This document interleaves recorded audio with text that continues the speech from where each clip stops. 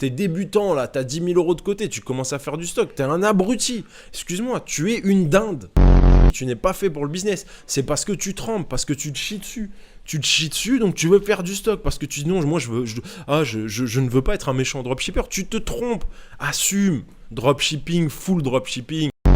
Que vous ayez du stock, ce qui est complètement, pour être poli, ce qui est naïf, ce qui est maladroit en 2025 d'avoir du stock, c'est complètement maladroit pour tout un tas de raisons, notamment parce que vous ne pouvez pas réagir à la réactivité du marché, notamment parce que vous allez immobiliser de la trésorerie, notamment parce que vous allez rester avec du stock sur les bras, vous allez le donner à papy, mamie, à vos cousins, ce que vous voulez, mais vous n'allez pas le vendre. Aujourd'hui, les milliards se font même pas avec du stock.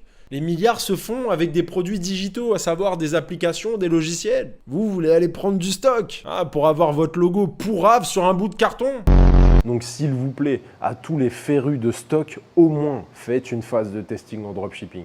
Après faites du stock si vous voulez, mais si tu vends 50 pièces d'un produit par jour tout au long de l'année, là tu te dis je fais du stock, j'ai une meilleure marge, machin chose, mais sinon ça n'a pas d'intérêt. Et personnellement, même quand je fais ces fameux 50-100 commandes par jour sur un produit, je le laisse en flux tendu. Qu'est-ce que je vais me faire chier à gérer du stock, à protéger ma marchandise, à employer des gens pour faire les livraisons, pour emballer les colis, j'en ai rien à taper, j'ai pas que ça à foutre.